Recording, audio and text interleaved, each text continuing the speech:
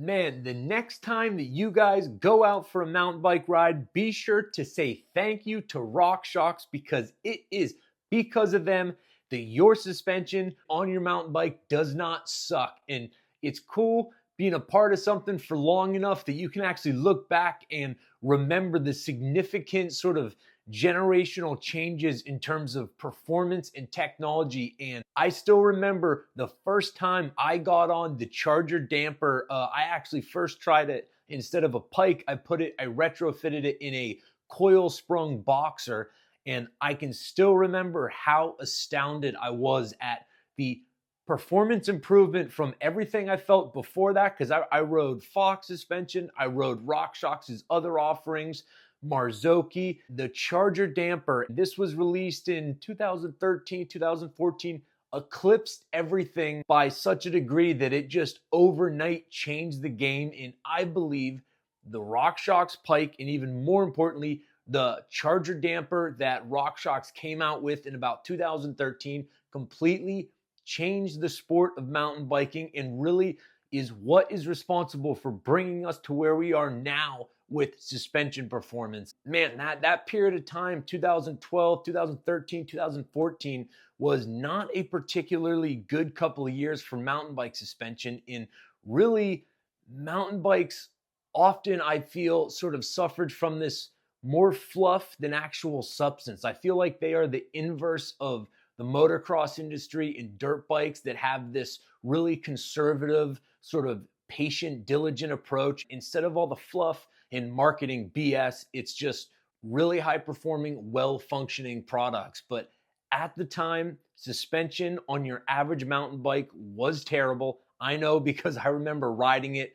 Don't even take my word for it. Aaron Gwynn, one of the best downhillers of all time, talked about, when people would ask, why did you run your suspension so brutally stiff? And he would say, the suspension was so bad at that time that the only way I could get it to cope with what I was doing was to run it incredibly stiff. I believe this all changed when RockShox introduced that Charger, and it really showcased what suspension is capable of. Because I still remember trying it and going, oh, so this, because for a period of time, I was like, I guess the suspension performance that I imagine is possible doesn't exist, because I tried the Fox 40 and the Fox 36, and I tried other RockShox's, the Lyric before the Charger, and it just wasn't terrible, but it was not particularly good. The damper technology at the time was pretty basic, and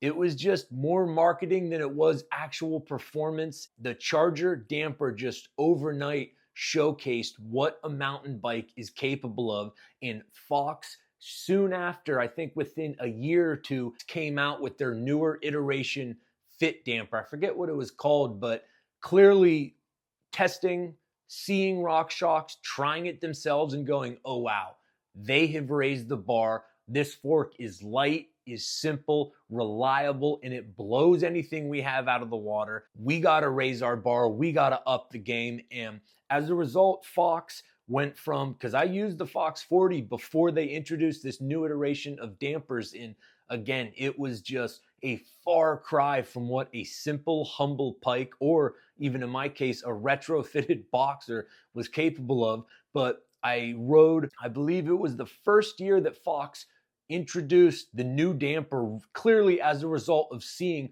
what the pike was capable of. Yeah, it was like the signifier that we were in the era of mountain bike suspension, sort of catching up to other industries. And yeah, it was those few years that just saw a massive overall improvement in suspension performance and just a raising of the bar in terms of what was expected and what we believed was possible. And what made it so funny is the original pike, and it still is, and obviously RockShox went on to introduce other models, as did Fox, but the pike was this kind of humble, simple. Again, the original iteration was just low speed compression, rebound, and air pressure. No complicated secondary air pressure or high speed compression, high speed rebound. There was none of that. It was as simple as it gets, lightweight, durable, easy to service, and the performance just absolutely eclipsed anything else by a mile.